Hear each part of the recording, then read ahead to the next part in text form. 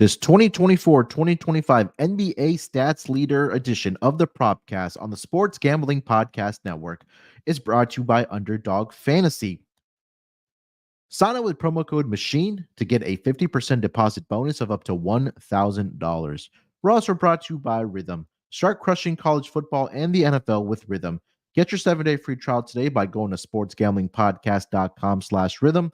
That's sportsgamblingpodcast.com/RITHMM. Welcome, everyone, to the Propcast, part of the Sports Gambling Podcast Network. The first official Propcast for the 2024-2025 NBA season. We'll be getting into the stat leaders on this episode for the upcoming season. We'll go through scoring leader, rebounds leader, assists leader. If we have anything for any of the defensive stats, steals and blocks, we'll get into that. 3 points leaders, maybe not much of a conversation, but we'll maybe briefly touch on that if we have time to do that. But joining me here to help me break everything down now, shifting our focus a little bit, or maybe say adding to the portfolio to talk about stuff on the hardwood here. I got my guy here with me. It's ChrisBeCappinn. Chris, what's going on, my man? Hey, Chris, you're going to have to getting used to my face every single day now because we probably have 5 pods every day of the week now with NBA season here. Every single day, Munaf, and I'm so excited for it, my brother. So excited to get back into NBA. I know we did a really good job. We don't pat ourselves on the back too much, but we did a really good job last season. I'm super excited for this season as well.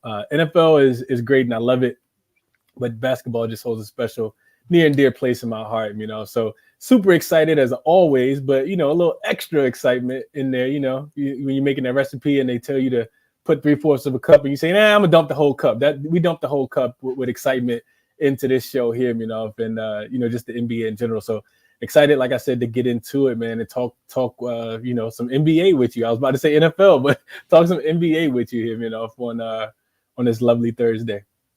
Yeah, I mean, like I mentioned, right, it's we're gonna get into that sports equinox now where we have all 3 major sports between the NFL, the NBA, the MLB season. I know it's going to be slowly ending, and also throw in hockey that has started here as well. And then, WNBA finals was an exciting game last night. I'm sure your eyes were glued to that for sure, as they are creeping closer to finding out who will be the champion for the WNBA season there as well. So, it's a lot of fun. The grind is now really going to start here with us now talking about the NBA here. So definitely excited for the season, like Chris mentioned. We'll figure out the schedule on what we are going to do for our player props for the NBA season.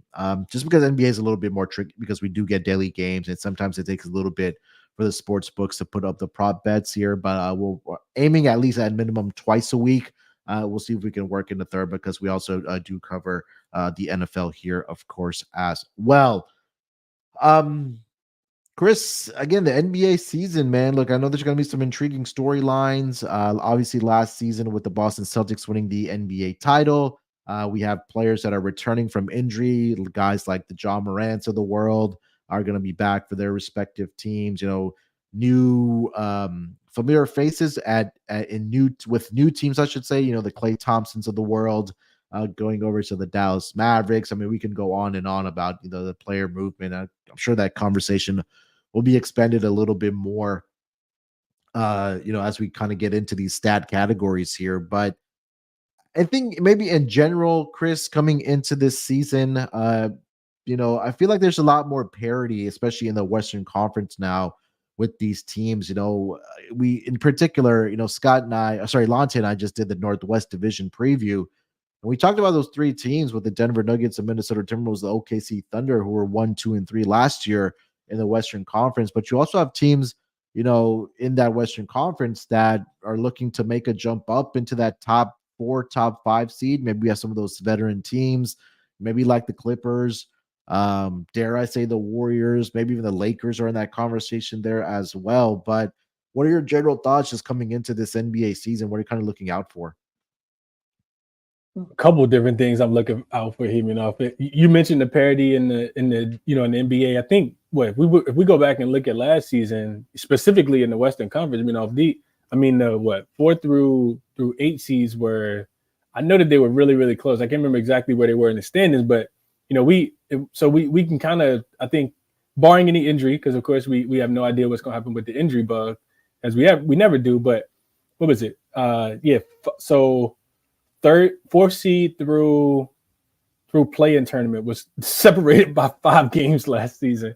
So I think we can expect a little bit more of that. There are some teams that clearly declined, but there are some teams that kind of made some steps in the right direction as well. I'll tell you who I'm really excited about. I'm really excited about the Oklahoma City Thunder this year, with them adding an addition, the key additions, and just the way they go about it. They never give up anything to seem like they get something great in return every single time.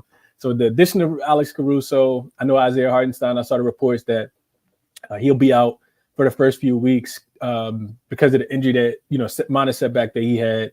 I think he's going to miss the first 5 or 6 weeks. But OKC is a well-oiled machine, and they just added exactly what they needed to. Last year, super young team coming into the playoffs for the first time and kind of getting the taste of it.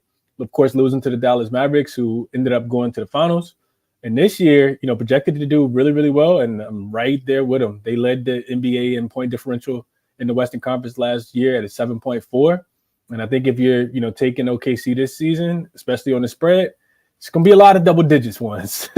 So, for the Western Conference, it's probably them. On the Eastern Conference side, it's difficult for me to bet against Boston. I still feel like, 1 through 11, 12, however many players they got on their team, it's going to be difficult to beat this team 4 games in a row. And I do think that, they're probably still the best team in basketball. So I think they have the shortest odds to repeat and be champions again. They didn't really need to do a lot. I know just a couple, they gave Jason Tatum his money, paid a couple bench guys as well. And I know Sam Hauser got a big deal. And even Al Horford came back for, a little bit more. I thought Al would kind of ride off into the sunset, after getting his first championship.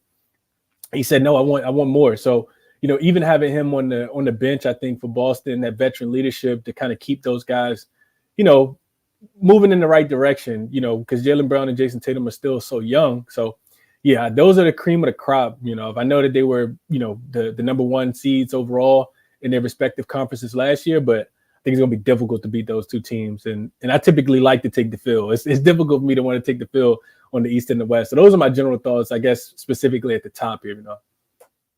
I honestly thought that Al Horford had retired. And I feel like I saw that announcement. I saw it too. I swear I did. I thought it's because you just mentioned. I swear to God, I thought he said that he was going to retire, winning a championship. I was doing my homework. Same thing. I had already written down for subtractions from Boston Celtics Al Horford, and then I don't know if I was listening to something or I was reading something, and I had to double check it. And then I saw an article came out that said Al Horford said, I'm super, not only am I not retiring, I'm super excited to come back for the 24-25 season. I was like, hold on, what? So, I guess, man. All right, man. Look, if he wants to come back, more power to him. But again, that's another a player on this Boston Celtics team that, again, was huge for them in their run to their title, especially in the postseason there. So, I agree with what you mentioned about Boston. Again, when this team is going to be healthy, I think Porzingis may be missing some time here for the Boston Celtics, but when you still have obviously Drew Holiday, your 2 top stars, Brown and Tatum, and the depth that they have, I think this team is again definitely prime to make another run here in the Eastern Conference there. So this could turn into a 3-hour conversation here about, just our teams and or what we're thinking about these teams coming into the season in general. But just a good reminder for you guys, if you are watching this and listening to us, you go back and listen to the division previews that we did do over at the NBA Gambling Podcast.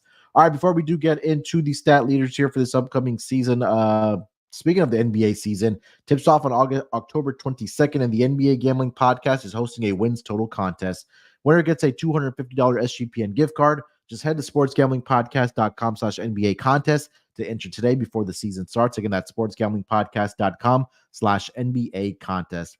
And just want to take a moment and thank our listeners here on the Propcast for tuning in with us, whether you listen on the audio platform or whether you do join us live. If you could do us a huge favor, head over to Spotify, give us a 5-star review and rating. That would definitely help us grow the show here, of course, and it can only help us prevent corporate gambling from taking over. All right, Chris, let's start here with points scoring leader for the upcoming NBA season. Right now, we have 4 players that have odds of less than 6-1. Then it jumps to 22-1. So Luka's at plus 140, the odds-on favorite. Joel Embiid 3-1, SGA plus 450, and Giannis 6-1 here. I'll just quickly mention this, and you could just name the guys that you do like in this category. I immediately crossed off Joel Embiid just because he mentioned he's not going to be playing those back-to-back games ever again, maybe in the rest of his career is what he mentioned there. I thought it wasn't real, I thought it was, I had to go check it. I thought it was like a misread. I was like, what? Yeah, and I was like, oh, okay. And then we saw the injury to Paul George. We'll see the severity of that for him. He had a hyperextended knee in the preseason game there for the Philadelphia 76ers. But I crossed off Joel Embiid first and foremost off of my list here. But Chris, who do you like here to be the scoring leader for this upcoming season? And again, I'll preface by saying this: we are using DraftKings odds, or at least what I'm looking at, and it's going to be points per game leader. So pretty much your scoring champion here, Chris. Yeah, I think I immediately crossed Joel Embiid off too. I don't think he'll be in the conversation because he won't qualify, right? Yeah. And there's been quotes that have come out from, the Philadelphia 76ers where, your old guy, Daryl Morey, he's pushed all his chips into the middle here. If they have a very well-rounded team, not only were they able to go out and grab Paul George, but they filled out this bench as well. You got Caleb Martin now, you got Drummond backing up, so it's not a lot of pressure on the Paul Reed of the world because he's now in Detroit. Yep. So yeah, cross Embiid out immediately, like you said. I think Luka is someone, that, at the odds-on favorite at plus 140, I mean, it's really difficult to overlook him as much as I want to, right? Like the idea, the negatives, I guess we could say, coming off a championship, right? So maybe he, kind of, that's 2 things that, in my estimation, so he's coming off a championship, so maybe he has a little bit less in the tank. He was also dealing with some injuries in the finals to the ball, playing against the Boston Celtics. And then the other aspect is, maybe he kind of preserves himself a little bit because now he knows what it takes to get back to the finals, right? So those 2 things kind of make me a little wary of Luka. But I can't write him off. Like Luka is, potentially not even in his prime yet. Hear me off. Like this dude could potentially continue to ascend. So at plus 140, being the favorite, that makes a lot of sense. Giannis is plus 600. Hear me off. And the revenge tour for Giannis, if people have been paying attention to the quotes, he said, he thinks that, and we'll see how if he believes this or not, I guess eventually, but he says that he could potentially get traded if the team's not doing what they're supposed to do. So I think if we can get Giannis on the floor for enough games, last year he missed 11.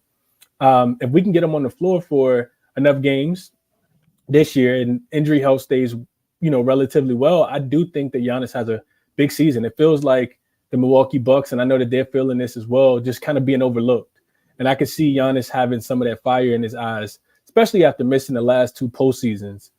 So plus 600 for Giannis, that is something that I know he's capable of. Last year he averaged, just slightly under 30.5 points per game, shot 61% from the field.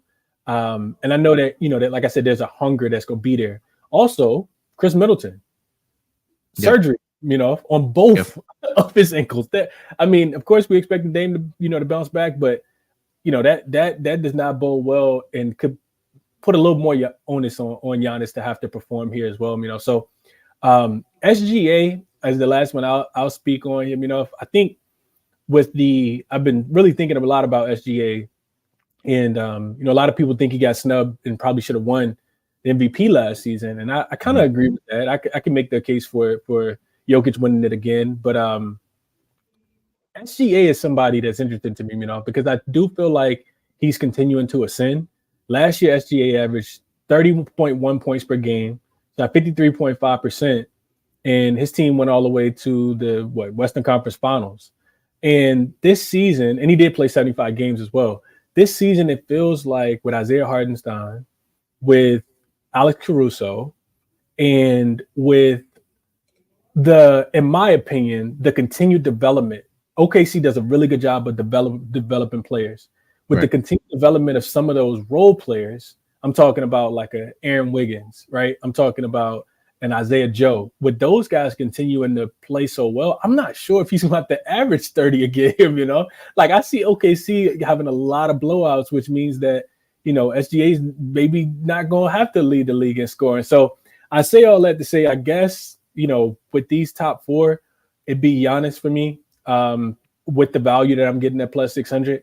Yeah, so I'll stop there. I'll go Giannis if I had to bet top four. Definitely Embiid already kind of ruled out, like you said, though. What are your thoughts? Yeah, I really didn't like any. Yeah, I didn't really like any of these guys in the top, at the odds-on favorite. I like the Giannis angle. I think if I had to pick out of those four guys, it would be Giannis for me as well at 6-1. But I think Luka, now that obviously another season with Kyrie together, I think Kyrie can step it up a little bit. That maybe takes a little bit away from Luka. I don't know how much the Clay effect is going to have on this Mavericks team, but that's more shots that he's going to have to get up as well, right? Because one thing that's kind of been inconsistent about this Mavericks team has been the three-point shooting. And I think that was a little bit on display last season in the postseason, where PJ Washington was really that guy for them. But outside of that, they really didn't have anybody. I know Kyrie can knock it down, but we know he's not a traditional three-point shooter like Clay. I know Clay's had a rough preseason as well. So maybe obviously still finding his way a little bit with his Mavericks team, where he's been in that Warriors system ever since he was drafted into the NBA. So, new system, new look. But I think he'll just take shots away from Luka. And like you mentioned, the health concerns are always there for Luka there as well. So at plus 140 for something season long, I really didn't like it. I kind of went some longer shots here. Steph Curry 70-1 here, Chris. I mean, it just makes a lot of sense for me, just because again, he is going to be that primary scorer for this Warriors team, right? Outside of that, they have a lot of role players that can step up and help provide scoring on that Warriors team.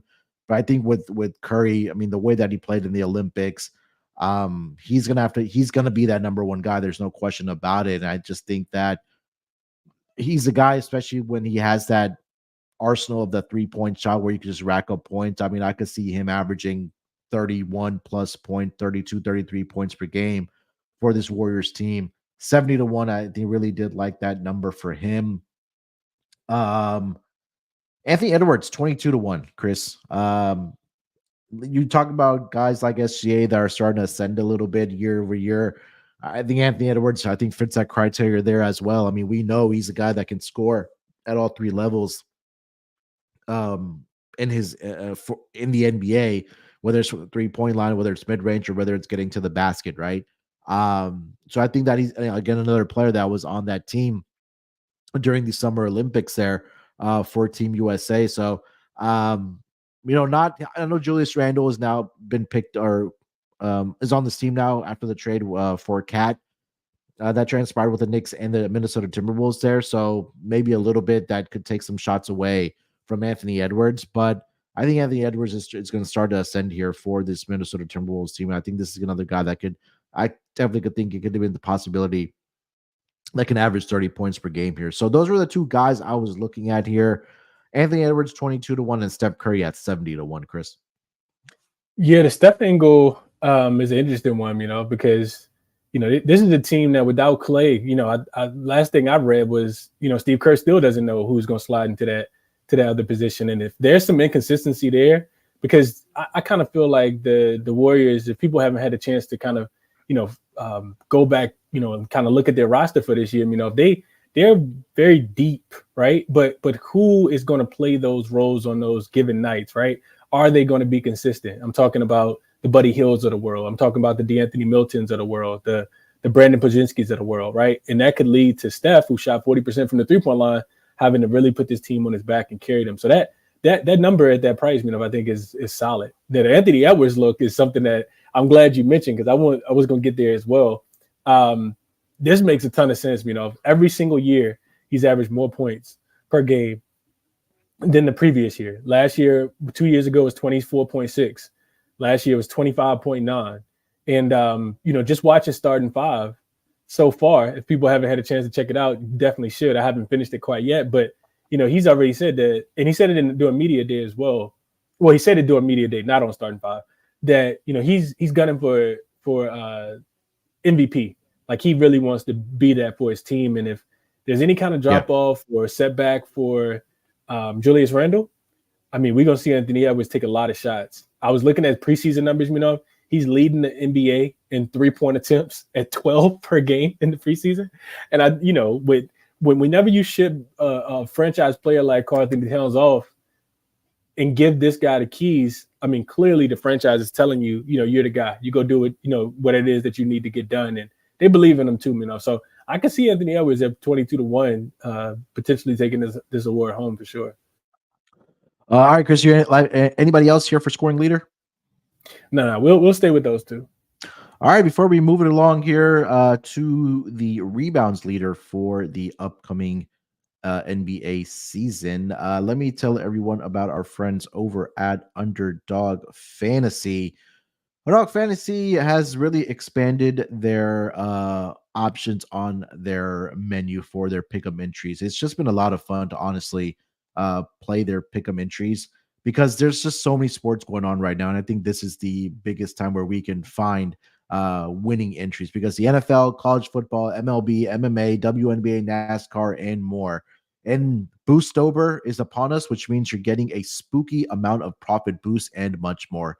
And with the NBA tipping off, every NBA pick'em entry from October 19th through October 27th will be boosted. And you can now use specials on boost on all flex entries.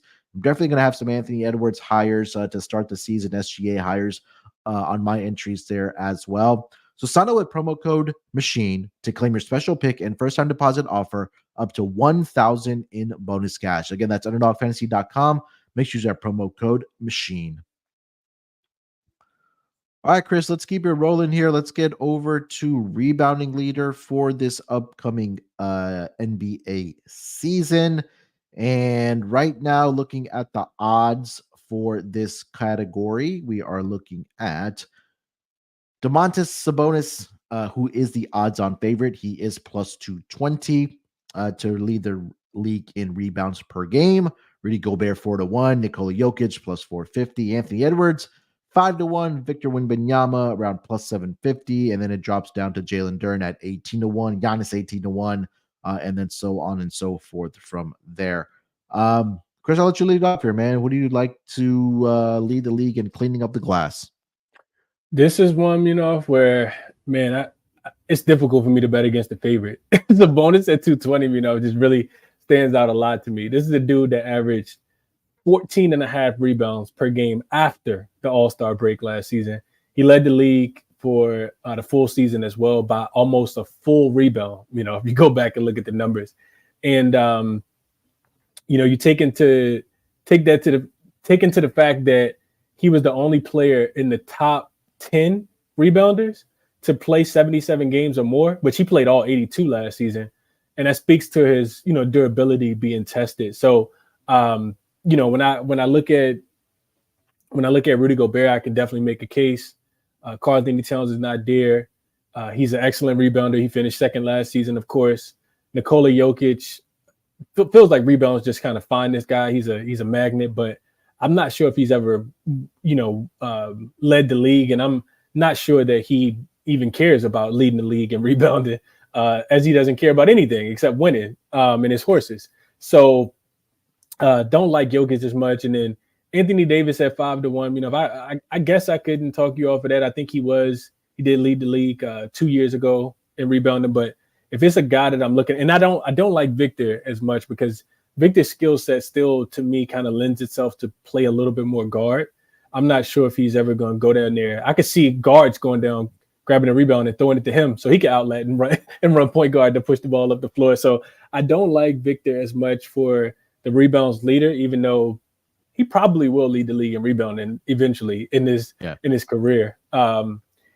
And then the other guy that really stood out to me, was Jalen Duren, for obvious reasons, right? Like this is a guy that, absolutely cleans the boards. Over the last 2 years, in the first 2 years of his career, he's averaged 8.9 on just 25 minutes. And then last year, we saw uptick in minutes. He averaged 5 more minutes, and he ended up bringing down 2.5 more rebounds per game, 2.5 rebounds, almost 3 rebounds more per game. So 11.6 last season.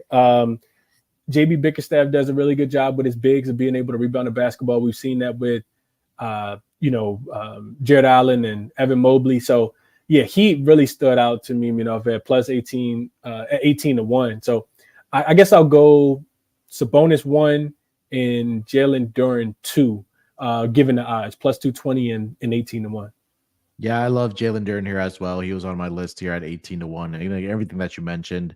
Last year played 61 games for the Detroit Pistons. And, that was a team that also had other guys that could rebound, but it seemed like as the season was progressing that we knew that Jalen Duren was eventually going to be that starting center for this team. He averaged 11.6 rebounds per game last season, which was the 5th most. But it's hard to really not talk about Domantas Sabonis, right? Played in all 82 games last year, averaged 13.7 rebounds, and a lot of it comes with the territory of him, this ability to get offensive rebounds as well, right? And I think that's what really makes a difference when we talk about this rebounding leaders category, because Rudy Gobert was really right on his heels there as well. He was averaging close to 13 rebounds per game. Official number was 12.9, and then Anthony Davis 12.6, 12.4 for Nikola Jokic. And like we mentioned with Jalen Duren at 11.6. So I think that if he does get more playing time, Chris, and like you mentioned, the minutes that he only played last season was around an average of 21.9. Let's say he plays a couple more minutes, or he does play around 32 to 35 minutes per game for this Detroit Pistons team. I mean, that's a big difference, averaging 6 more minutes per game, that he can accumulate more rebounds for this Detroit Pistons team. So I'm with you on both those guys. Really didn't like anybody else further down the list here for this category. Giannis 18-1 is always intriguing. We know he's a rebounding machine there as well. I think he finished at 3rd last year, like I said, in rebounding. 6th last year. He averaged 11.5 rebounds per game. But yeah, I think this one was pretty cut and dry for me for this category. I mean, if you want to go really, really longer shots, Walker Kessler 500-1. I mean, at this point, it's a big number for a reason. I think this category, at least when we talked about it and I looked at the odds, or it just made a lot of sense for the guys at the top of that list there. So I'll leave it at that. All right, Chris, let's get over to assist leader for this upcoming season for the 2024-2025 season. Last year, as far as assists per game went, the leader for that category was Mr. Tyrese Halliburton, averaging 10.9 assists per game. No other player got to the mark of 10 assists per game. Luka was at 9.8, followed by Nikola Jokic at 9 assists per game. Harden 8.5 per game, and then LeBron at 8.3, rounded out your top 5 guys there. So a little bit of mixer, right? Big guys, point guards there as well. Forwards you could throw in that category there as well. But looking at the odds right now, Chris, we have Trae Young at plus 135. That's the odds on leader. Hallie plus 175, and then drops down there from Luka to 8. Luka at 8-1. Harden 10-1, Nikola Jokic 15-1, and then it drops even more from there down to LaMelo Ball at 40-1. But who did you like on this list as far as assists per game leader for the upcoming season? This is another one, where I think the favorite is the favorite for a reason. I love Trae Young in this one, So Halliburton actually edged him out last year by 0.1 assists per game. I think you mentioned it already. Trae was injured, though. He only played 54 games last year. He also shared the ball handling duties, right? DeJounte Murray was there, who finished 20th in assists per game. DeJounte Murray actually averaged 6.5 assists himself. So you would have to think, with no DeJounte Murray now, DeJounte is, of course, in New Orleans with Zion and the rest of those guys, it makes sense that Trae is the favorite here. I mean, this is a guy, when I just went back and looked at the numbers, to put a little more context to it, he led this team. He led the NBA in potential assists last season at 18.2, and Tyrese Maxey was second at 17.8. And that in itself, with DeJounte Murray, who's ball dominant as well, just tells me that Trey's favorite hit for a reason, man. This is one of my favorites. I love Trae Young here. The other thing I'll mention for Trae specifically is the potential assist for DeJounte Murray. So I mentioned DeJounte averaging 6.4 assists, but he averaged 11.7 assists last year, potential assists last year. DeJounte Murray did. So that's 11.7. Not to say all of those are going to go to Trae, but that's going to be at least 5 or 6 more potential assist opportunities for Trae Young. You go through, Munaf, and look at this Atlanta depth chart. Their backup point guard, their third string point guard. These are not household names at all. You do not know who these people are. So I think Trae Young has a big season this year, especially pending some health, and I really like him as the favorite. The other guy, I'll just throw out one more, other guy I really like a lot, James Harden at 1,000, 10-1. Yeah. So everything that I'm reading says that, and I've heard him say this as well, James Harden is in the best shape that he's been in coming into a season, probably in the last 5 years. You don't believe it? I know we've heard this story before, but watching him play, I watched him play I think it's their first preseason game in Hawaii against Golden State, and he outside of the just him being in shape, you got PG and Russ now going. That's a lot of usage and a lot of volume. Great I think they've given him the keys to this shiny car because Kawhi, probably gonna end up resting, and this is gonna be Harden's team most of the time.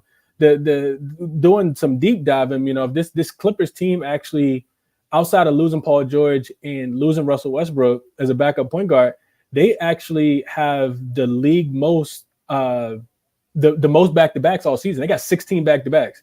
We can expect Kawhi to be playing on a few of those when he actually does make it back from his injury.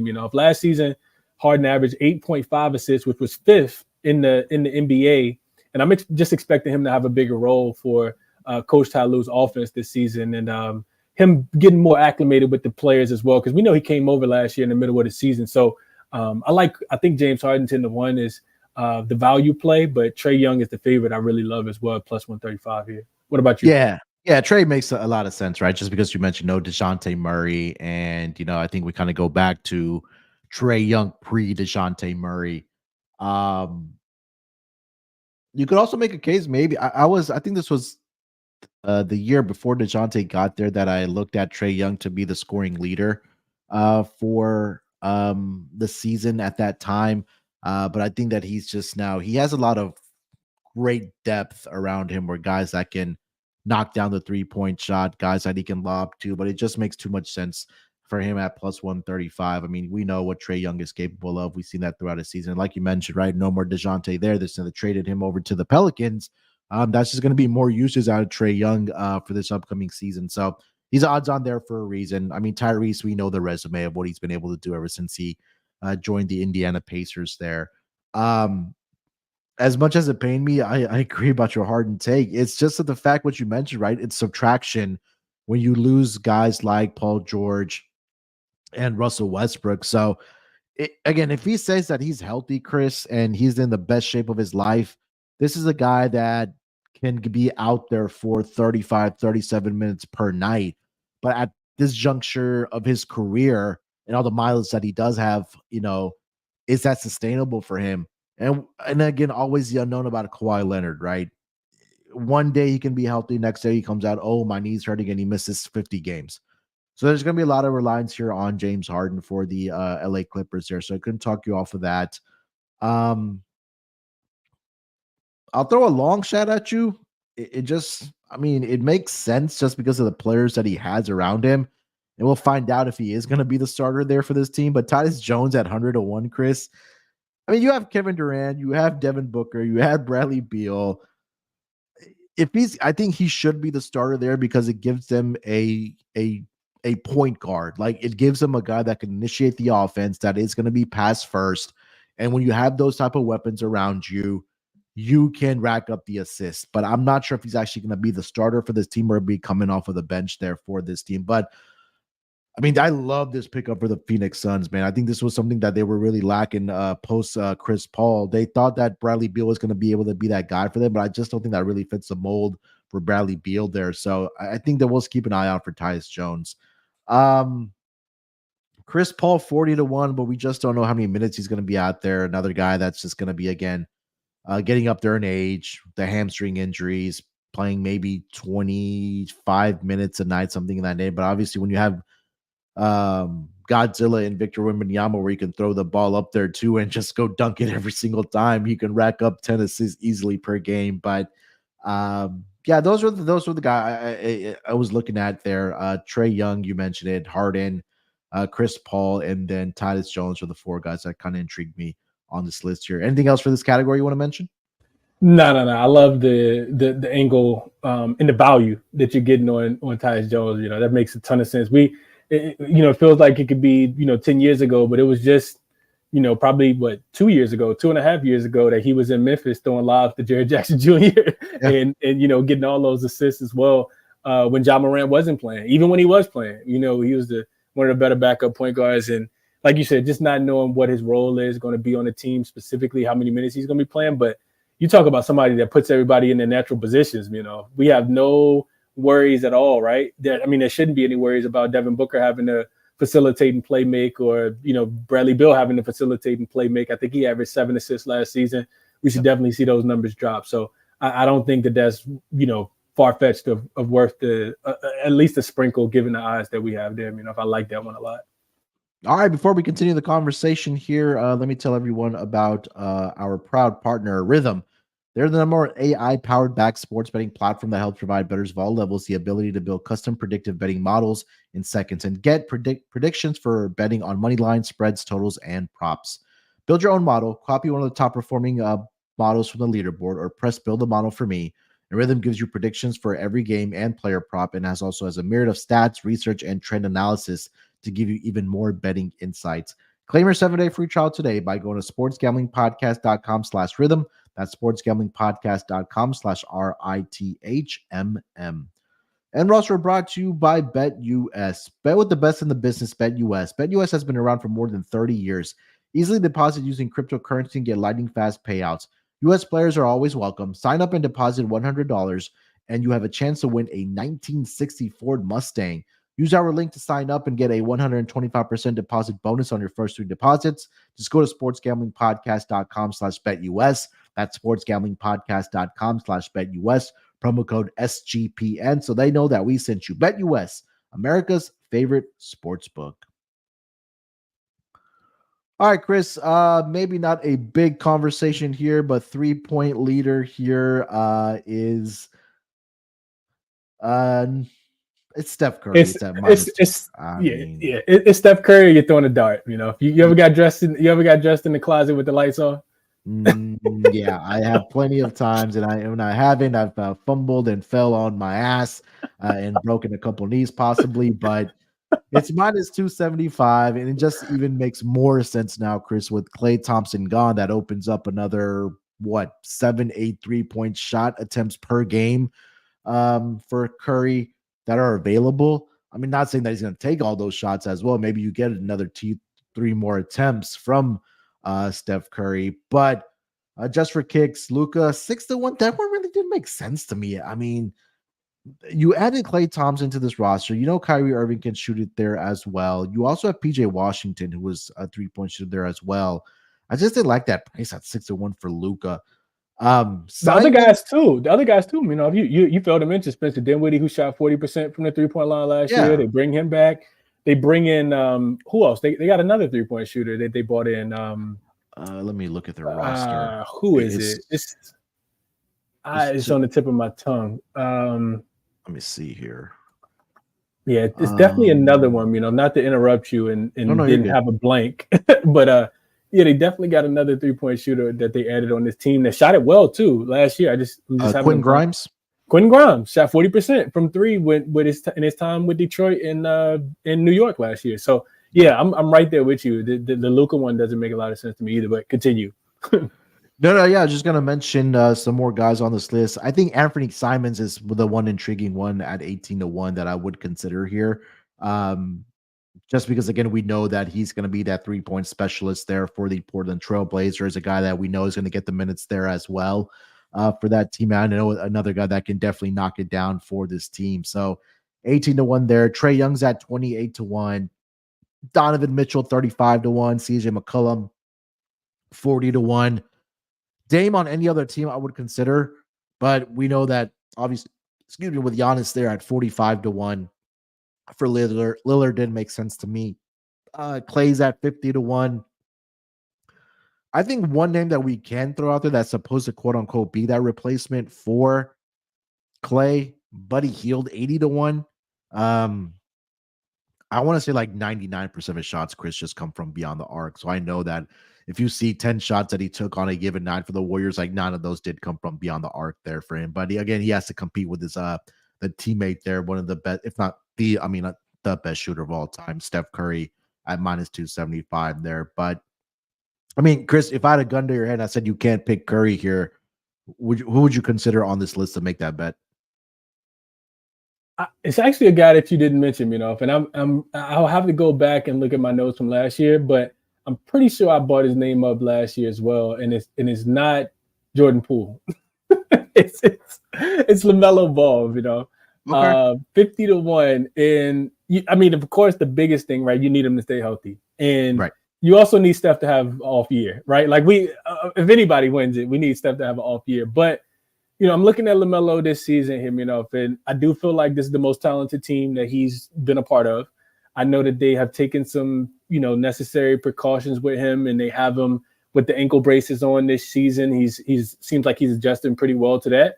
And the other thing is he shoots a ton. Like the volume is there. The dude is averaging. I told you Anthony Edwards is averaging north of 12 threes per game so far in the preseason. Yeah, that number is going to drop. We both think we don't think Anthony Edwards is going to average 12 threes.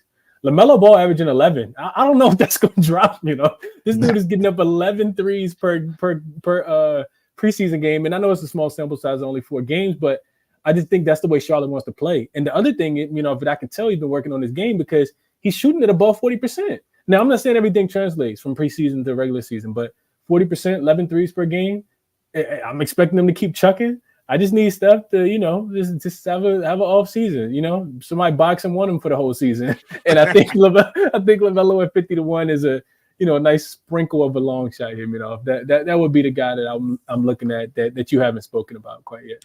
Yeah, I think the other name that would have intrigued me maybe last season was Desmond Bane at 100-1 because we know he can knock it down. But obviously with Ja Morant coming back, I feel like Ja's going to be on a tear this upcoming season, something to what you mentioned about Giannis, right? So I think that Memphis, with the additions that they've made with Zach Edey, his rookie of the year odds have significantly shifted. I feel like he's the odds-on favorite right now to win the rookie of the year for this upcoming season. I feel like it opened up around 10-1 in that range for Zach Edey.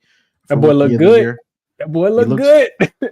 It's down to plus 350. I think this is something that we mentioned this Memphis Grizzlies team over the past several seasons is that for whatever reason, Jaren Jackson Jr. is not that rebounder for this team where he should be. But now that they've got, Zach Edey down there that can, again, give you even more rim protection and play and rebound the basketball and score for you. It's going to be fun to watch this team now with those two guys, anchoring that defense and obviously on your perimeter there with Ja Morant and Desmond Bane there as well. So, and I love their head coach Taylor Jenkins as well. So I think it's gonna be a lot of fun watching that team this upcoming season. So, all right. So let's get over to if we have anything for this categories. Blocks leader right now, Victor is -450. Chet 15-1, Walker Kessler 16-1, Jaren Jackson 17-1. Claxton 28-1. Anything that caught your eye here in this category, or is it, I think, with Victor Wembanyama here? Yeah, it's another one where I'm not taking the pill here. I'm taking there's no value at -450, and rightfully so. This guy led the NBA last year in blocks as a rookie. So we're expecting him to get better and to continue to progress. I think if anything. Yeah, he averaged 3.6, I think it was last year, and I don't know. We know that there was some back and forth between him and Popovich and that coaching staff, because Popovich was, I think, just trying to protect them and not, like allow him to play too many minutes. I'm interested in your thoughts, because I don't feel like there's a lot of value here. For him to average 5 blocks, under player averages, is plus 370. I know that's a whole 1.4 more blocks per game. Yeah. But I feel like I would be more intrigued with taking that than laying the minus 450, or even just betting this market in general. For him to average 5 blocks, I do feel like he's going to play a few more minutes, like I said, barring, any kind of injury or setback. And I think he's just going to continue to get better. Like, I feel like he's been working on this game. We know that San Antonio is one of the better developmental, teams in the NBA. And I think I would just play, not a super heavy bet, because like I said, 1.4 more blocks per game is a lot. But I mean, this dude is doing stuff that we've never seen before. The average 3.6 blocks during your rookie year, and then your sophomore year, you're minus 450 to win the award. The kid is absolutely, amazing him, So minus 450, I can't do anything with it, but plus 370 to average 1.4 more. Potentially, I think that I want your thoughts on that, and then what are you thinking about this category in general? Yeah, it's Victor for me. It's boring, but it kind of tells you, Chris, that for him to lead the league in block shots per game is at minus 450, and then for his odds on defensive player of the year is at minus 170. So if you're trying to find that plus value, you're probably looking at that 5+ blocks per game for him this upcoming season. And like you mentioned, right, we should expect him to be out there, maybe like 3-4 more minutes per game. They probably want to keep him around that 32 to 34, maybe max at 35 per game. Last season, he only averaged a hair under 30 minutes per game at 29.7, right? So the one other name that I mentioned, Walker Kessler. Kessler did average 2.4 blocks per game last season, but that was only in 23.3 minutes per game. So I think you probably expect him to have a little bit more of a boost up as well in minutes per game there for the Utah Jazz. But I know his name was also in trade rumors for whether this season or obviously at the trade deadline. The guy that we just mentioned, Chris, and I want to ask you about this. I feel like we're gonna turn this into a 2-hour pod, but going back to that category of blocks, I'm trying to get back to the list here. I just want to see what the odds are on this particular player. Zach Edey, 80 to 1. Like I feel like that might be. I'm trying to find his stats for the preseason here. But this guy, we saw what he was able to do at the collegiate level for Purdue. I mean, he's 7'4". Not as at the height of what Victor Wembanyama is, but obviously you're not going to be picking a minus 450 here for Victor for the blocks leader. But I think Zach Edey being the starter for this team at 80 to 1, I think that's something that I may want to look at here for him. It just depends on how many minutes he's going to be out there. I don't know if you have any thoughts on Zach Edey, but just at the pure odds at 80 to 1, I wouldn't mind putting a couple of bucks down on that. Yeah, I mean, everything that I'm hearing, is that he's a lot bigger in person than he is, like, kind of like Victor almost, like you said. And I think, from a stamina standpoint, it's going to be interesting to see if he can hold up. I know he's not the fastest guy in the world. And, we talk about rookies running into the rookie wall. So I guess that's the slight pushback that I would give you. But, I don't at 80 to 1, I don't think I could completely talk you off of that. I think that it's a very nice long shot. Going back real quick, going back to your point about Victor Wembanyama, when you were saying that, it just made me think. We're just talking about Steph and how we both unanimously think that he's going to lead the league in 3-point shooting at minus, what was that, 250 to 1, something like that for Steph to win the 3-point. 275, 275. So the books have more confidence, in Victor Wembanyama leading the league in blocks than Steph leading the league in threes. Just think about that. Like, year. Second year. I just wanted to kind of point that out. But I like the Zach Edey 80 to 1 is super impressive, Yeah, so Edie in the four preseason games that he did play averaged 20.2 minutes per game, 13 and a half points per game, 7.3 rebounds, and he did average 1.3 blocks. So I thought that number would be a little bit higher.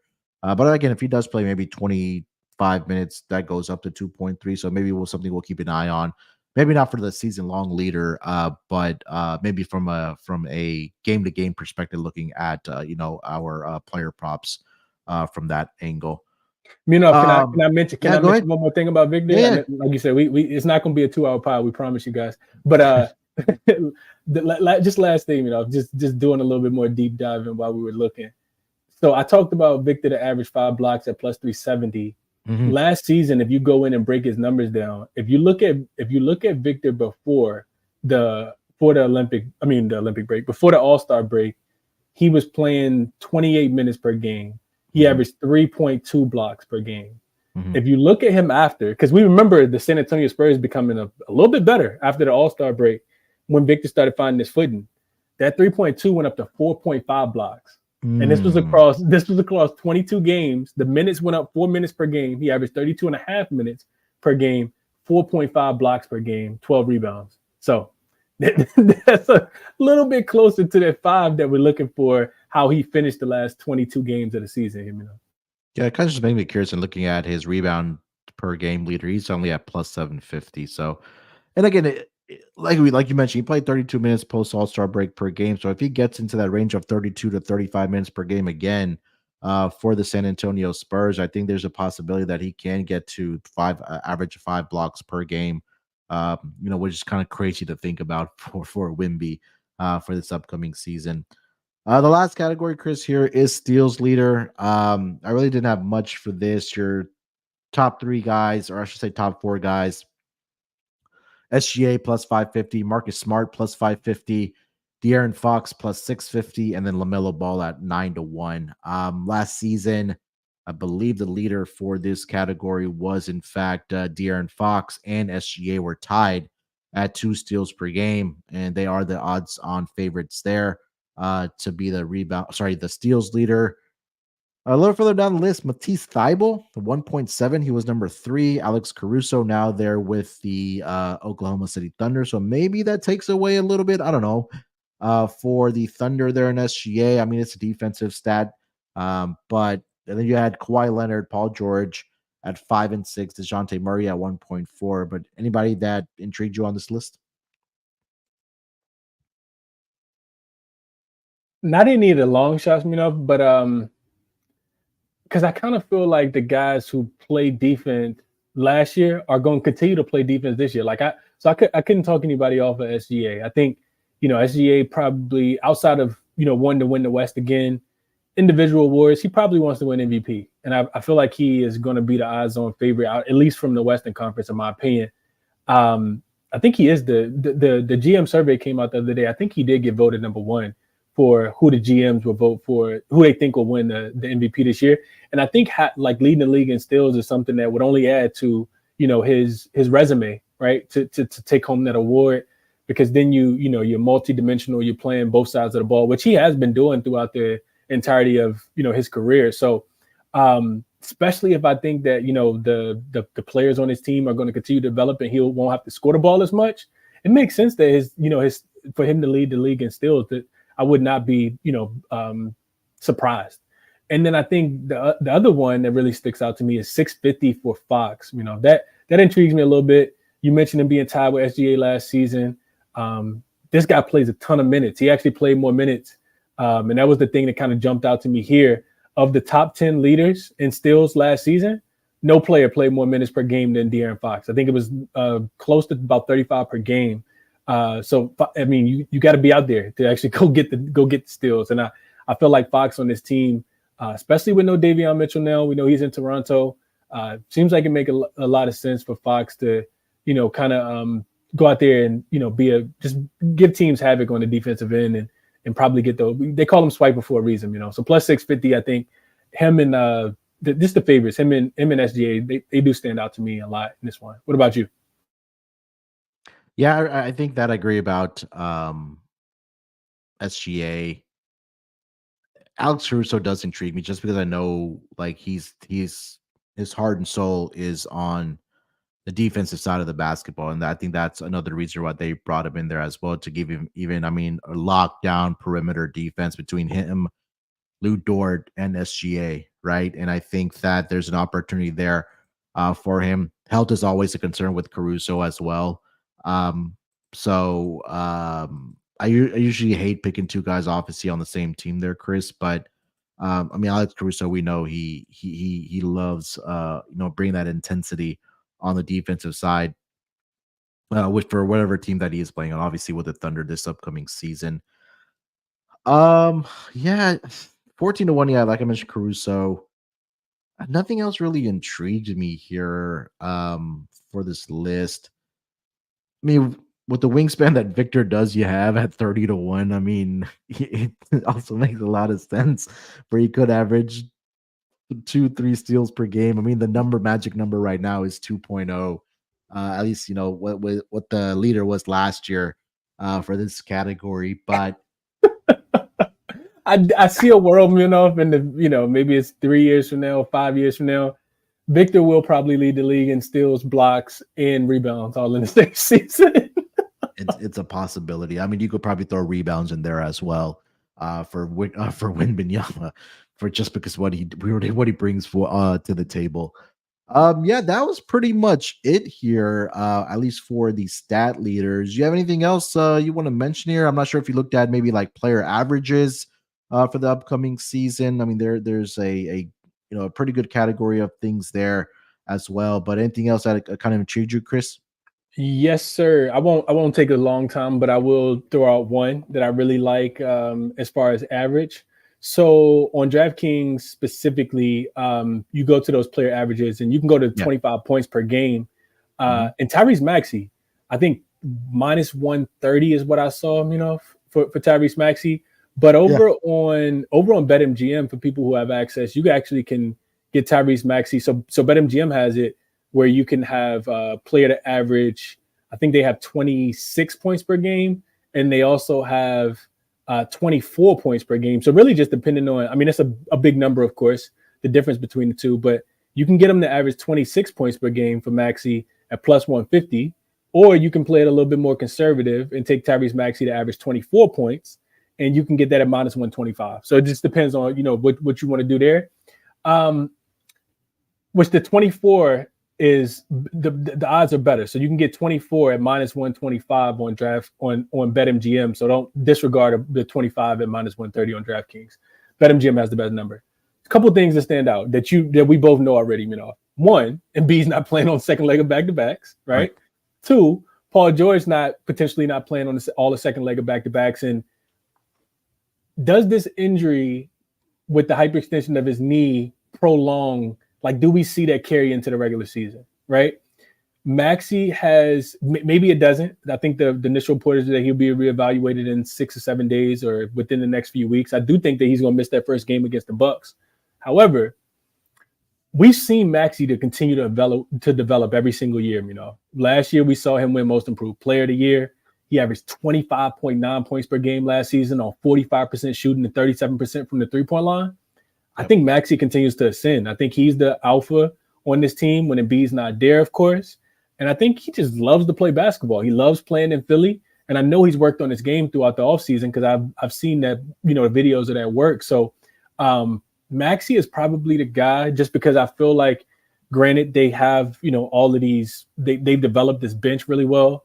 We talked about a couple of those names, a couple of those key solid, plug and play type guys. But outside of those, Paul George and Embiid have given us a ton of history of not being able to stay healthy. And Maxey feels like now he can carry that weight, So I love Maxey to average 24 points at minus 125, or to average 26 points, which is he needs to average 0.1 points more to get to that. And you get at plus 150, I think. So that's the one that jumped out to me the most here. What about yourself? Anything that you were liking? Yeah, Max, he cashed some big tickets for me last year for the Most Improved Player of the Year award. So it feels like he's just going to get better and better as the seasons progress. possibly, who knows, turning into that number one option for the Sixers team just because of what the health is now for Joel Embiid. And I think that I don't expect Embiid to play going forward more than 65 games a year. I feel like that's even a bit generous for him, maybe 60 think so games. too. Yeah. I think 65. If I had over under on games he was gonna play, I'm taking the under on 64 and a half. Yeah, 100%. I think that might be another reason where they were able to bring in a guy like Paul George. That again, if Embiid is sitting out those back-to-back games and you have Paul George, who we know is a guy that can score 24, 25 points per game for you. And then you mentioned the depth that this team has. So I think they'll be able to, stay afloat. I think this was a conversation that we had last year when Embiid did go down for the Sixers that, I mean, there was conversation that they could probably possibly miss the playoffs without him, but we said that if they were able to play 500 basketball, I think they would be okay. And now just adding Paul George into that mix, I think that only will help him there. But yeah, I do like a Maxi. I couldn't talk you off of that. We talked about at the top of the episode, Chris, about the injury to Isaiah Hartenstein. And this was something that I was looking at. Number one, for him to be rebounding leader for the upcoming season, that's at 500 to 1. I mean, it's 500 to 1 for a reason. And then, but also for him to average 10, I think it was 10 plus rebounds per game, was at a nice number as well. It's still at 5 to 1 for Isaiah Hartenstein to be averaging 10 plus rebounds per game. The initial diagnosis is that he's going to be out 5 to 6 weeks with a small fracture in his left hand. But this was something I think you and I also talked about last season, that this Thunder team needed to go out and acquire a big man at the trade deadline at that time to really help give him some rebounding. Just have somebody rebounding the basketball for them, right? Because they didn't have that big man. And we were always taking opposing big men rebounding overs against the Thunder just because they had nobody to keep them off the glass. I think that might just continue here, at least to start the season before they do get Hardenstein back. The only hesitation I really did have about putting more money on it was because I didn't know if he was going to actually be the starter for this Oklahoma City Thunder team. So I put a half a unit on it on each of those just because it was before the injury news that we got this morning about Hardenstein. Just because we saw what he was able to do with the New York Knicks when they didn't have Mitchell Robinson, when they didn't have Julius Randle, and he stepped up in a big way, rebounding the basketball for them as well. I'm curious to see the number for Josh Hart. 8 plus rebounds is at minus 240. 10 plus rebounds for him to average that is at plus, where is it? 6 to 1. I think he might just be a guy that we more look at from a game to game basis versus, overall season averages. So that was the department, or at least the averages I was looking at for this upcoming year. You know what? Just real quick on, I got a thought and a rebuttal and a question.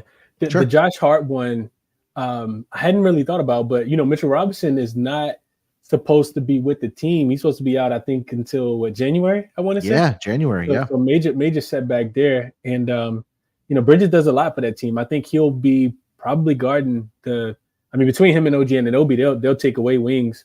And that probably opens up a lot of more rebounding opportunities for Josh Hart. I actually like Josh Hart. I hadn't thought about that or processed that, And then the question, is a starter for this team?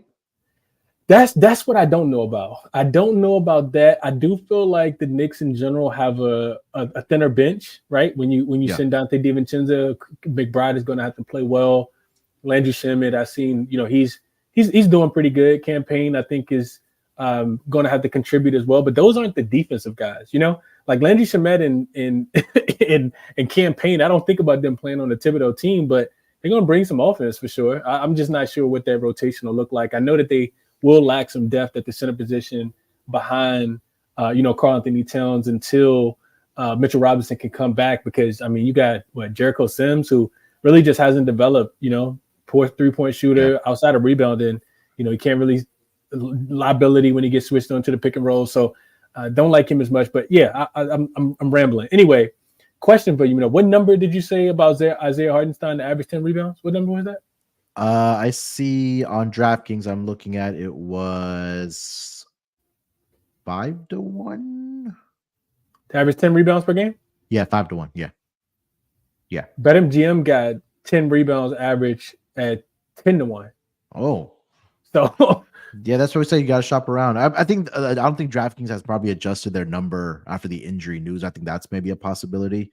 Uh, but again, that's why we always say when we talk about these props or any season long stuff, um, you gotta shop around and get the best number for this, because again, that's 5-1 on DK, and then BetMGM has that same number at 10-1 for Isaiah Hartenstein. So, um, yeah, again, keep that in mind there. So I'll keep an eye on the injury there, but I love the signing at the time that they did made for Hardenstein. Just I was thinking that he absolutely. was going to be the starter there, but we'll keep an eye out for that.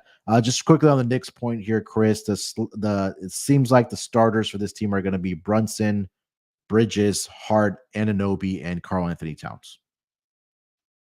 So, I mean, that's a pretty balanced lineup. I think defensively they'll be really, really good. Will the New York Knicks as well. Agreed. All right, Chris, anything else, man? Nah, I think we did a pretty good job here, lot to digest and to unpack for our listeners. And that's the reason for the show. You get to go through all these different markets and evaluate, kind of hear different tidbits of how we think that the teams will play out, and the players specifically, and how impact, how injuries will impact different things. So I hope the listeners enjoyed this one. And yeah, that's all I got, man. Super excited for the season next week, Yeah, man, I'm excited too for the season as well. So we'll figure out the schedule of what we're gonna do for the Propcast for the NBA season, at least. Maybe at least at minimum to start go 2 days a week, because we also do the Propcast for the NFLs as well, Thursday night football, and then of course the Sunday games as well. So yeah, busy times here for the Propcast. So just a great reminder, if you haven't already subscribed to the Propcast, whether it's on audio platform, whether it is Spotify, Apple, whatever the case might be, make sure you would hit that subscribe button, and then also subscribe to us here on the YouTube channel for the Propcast as well. So definitely would appreciate if you guys are able to do that for us. Yeah, that'll do it here. Make sure you guys follow Chris over on the Twitter machine at ChrisBeCappinn with 2 P's and 2 N's. You can follow me there as well at SportsNerd824. We'll be back tomorrow for the Propcast for the NFL Week 7 Sunday game, so look out for us then. But other than that, I'm definitely excited for the NBA season. Should be a lot of fun for this upcoming year. So, yeah, can't wait for the season to start. I think that is pretty much it. All right. We'll talk to you guys tomorrow for the NFL. Till then, good luck with your picks. Let's break these books off, and always remember to let it ride.